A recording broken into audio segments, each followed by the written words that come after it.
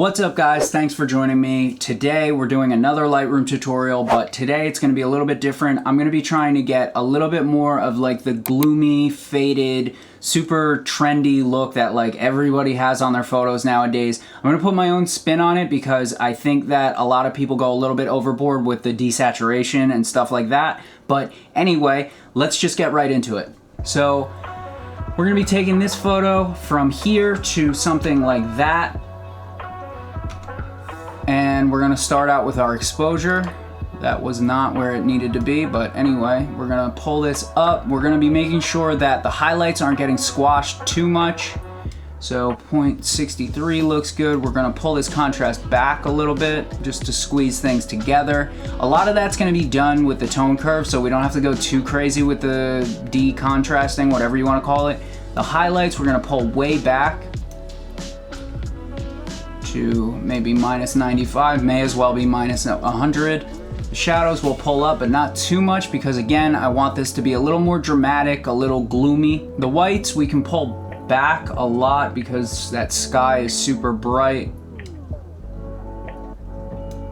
Blacks, we don't want to go too crazy pulling those down, but maybe minus 25 is good. Next, we're going to do our white balance. Now, normally I would try to get the whites of her eyes for the white balance because that's normally a good indicator, but unfortunately her hair is kind of in front of her eyeball there, and that could give us a pretty serious orange cast. So we're just going to take the dropper, go down to the marking on the street down here, and that pulled it a little too far to green. So we're just going to aim around there, see what happens. Maybe pull this over in that direction, and that looks good to me. I'm not a professional photographer, so do not take anything that I say as gospel. Most of the time in a professional setting, I'm shooting video. I do photos for fun, so I just thought it would be fun to keep doing these Lightroom tutorials so that you guys can see my thought process through what I'm doing on here. Saturation, obviously down to minus 100 the moment I click it. Thank you, Adobe. Vibrance, maybe minus 10. That's a little too desaturated in my opinion, so we'll go to minus 9 on the saturation, and then the vibrance we'll leave at minus 10. Effects, I don't really like messing with these too much. Maybe some dehazing. That looks nice, adds a little bit of contrast back. I'm not gonna touch the clarity or the texture, being that this is a portrait. If you go crazy with the texture, it just starts to make things look weird in either direction, and the clarity, the same thing. Just makes stuff look like HDR photography or whatever it's called. And then we'll go to our tone curve. I'll put an anchor in my shadows and an anchor in my highlights. Bring that back to where it was. The highlights, we'll pull this down a little bit, watch our image. I'm watching, I almost just pointed at the screen like you guys could see that. I'm watching the sky up here when I'm pulling these down.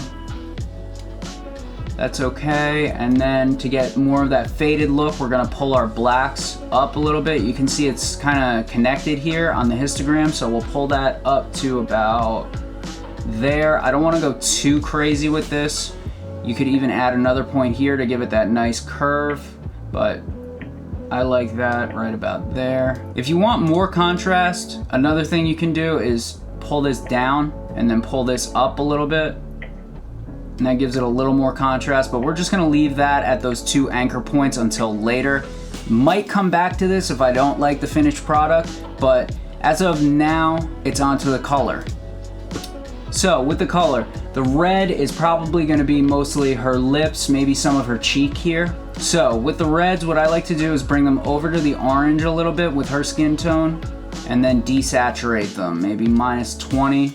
And that leaves the color in her lips and some of the glow in her face in the shadows, but it cuts down on the blotchiness of the skin. If you go too far in the red, it'll just make your skin tones look real blotchy. With the orange, we're gonna go over to the left, minus 5, maybe bring some of the saturation up. Give her skin some glow to it, maybe bring the luminance up a little bit. One of the tricks I like to use is instead of taking a radial filter and going over the face to brighten it, you can just brighten up the orange a little bit because skin tones are mostly orange and yellow. But I'm still gonna put a radial filter over her face just because it looks a little dark in this photo, but that's just a nice way that you can kind of brighten up the skin tones without having to either paint it in or whatever. Yellow is mostly the sky, that edge right here where the clouds are breaking, these signs here, and this thing down here, maybe some of her skin tone too. So we'll go towards the orange here, maybe -41. Like I said, I don't want to desaturate everything too much, so maybe just pull the luminance down a little bit. With the greens, okay, so obviously the greens are gonna be plant life in the background here, this little through thing, that down there. A lot of her tattoo is gonna be green, and what we're gonna do is we're gonna pull this over towards the teal color, and you're gonna say to yourself, Sam, that looks absolutely ridiculous, and I totally agree. So we're gonna pull the saturation back a little bit, and then maybe even bring this back a little bit because I don't want it to go too crazy. The never-ending quest for those like real deep greens that a lot of photographers get out of their photos is a long and arduous task, however you want to say it, and I haven't gotten it down either, but this is my method right now, and I'm kind of happy with the way that it comes out when I do like a real teal on the green slider and then pull the saturation back. You can even add some luminance if you want, but that's not really going to do anything. Next up on our list is our teals, and what we're going to do is that's going to be this light here, this sign maybe down there, and her bag. So oh, some tattoo as well, the tattoo.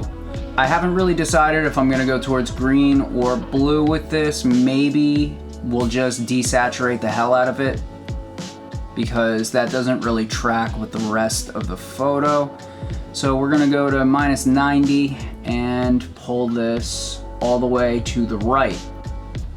That gives it more of that white tone. I mean, it's not all the way to the white, but it's close enough. Blue. Blue is gonna be most of the sky there and a lot more of her bag and tattoo. We're gonna pull this over towards the teal direction.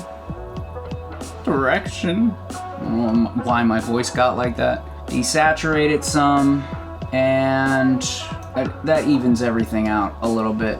With purple and pink, most of the time I just completely desaturate both of those unless they're like real prominent in the photo, but most of the time, you're just not gonna see them. It's not really gonna do anything. If you're looking at something that's like skin tones and real like neutral tones like this, there's just not gonna be any purple and pink in it. So the MO most of the time is just desaturate those two. With this blue, we're gonna go back to work on this because I just wanna see what's going on with that, and I don't wanna lose too much color because as I said, it's super trendy to just desaturate the hell out of everything. So we are most of the way there with this. There are a few more things that I'd like to do to this. We can go to our optics here, enable those lens corrections, which really brightens up the photo. I don't really like that, so I'm gonna pull this vignetting back. I just wanted the distortion correction that it gives you. I'm not seeing a whole lot of aberration or fringing or anything anywhere. We're 95% of the way there. We're just gonna make some adjustments to the point curve, maybe pull that down a little bit, give it just a little darker, gloomier look. We could even add another point here to add some more contrast. Maybe pull this down, but I'm not really liking how far that's pulling the highlights, so we're just gonna toe the line there. So next up, we're gonna go over to our radial filter, and we're gonna get rid of this little shadow on her eyeball here. So we're just gonna make a nice little oval over her eyeball, bring the exposure up just a tiny bit, bring the shadows up just a smidge, and that looks kind of drastic on its own. So another thing we can do, which we were gonna do anyway, is make a whole nother radial filter just for her face. Pretty much always do this on every portrait just because it's easier than carrying a reflector with you. What we wanna do is pull that down a little bit and then bring those shadows back just a tiny bit, because as I said, I want this to be more of a gloomy look. Yeah, I think that looks nice. That brightened up her face some, and there's not those dark circles under her eyes, and we're good from there.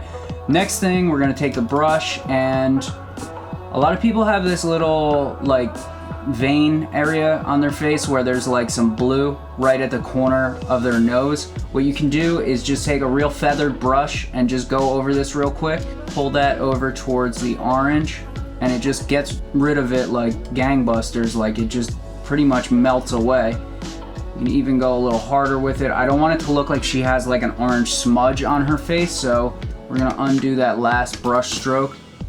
And it's not a huge change, you can still see it, but it's enough of one where, you know, it doesn't make a difference to anybody that's looking at the photo, but it makes a difference to you when you go back and look at your photos. And other than that, I think we're done with this photo. I'm really liking the way that came out. It could be darker and gloomier, but I just don't want to go too crazy with that look because it's really easy to go overboard with editing when you're starting out because you see these crazy, like, super edited photos that look amazing and you just want to get at it so bad, so you just keep moving sliders around until it doesn't even look real anymore. I like more of like a subtle edit to my photos, and I think that looks really good in my opinion from what I'm seeing. So, oh my god, I've been recording for 17 minutes. That's a long video. It'll be chopped up, it won't be that long. Anyway, thank you for joining me on another Lightroom tutorial. I had a lot of fun this time. Let me know down in the comments if you guys want more tutorials. I've been thinking about doing a DaVinci Resolve tutorial and maybe a Photoshop tutorial. Another thing, hit that like button. It's super important to small creators like me because the more you hit that like button, the more my videos get suggested to other people browsing YouTube. Also, if you enjoyed this video, consider subscribing. It helps me out a lot if you subscribe and actually watch my videos. If you don't like my videos, you totally don't have to subscribe. But anyway, that's been another tutorial, and I'll see you guys in the next one. Bye.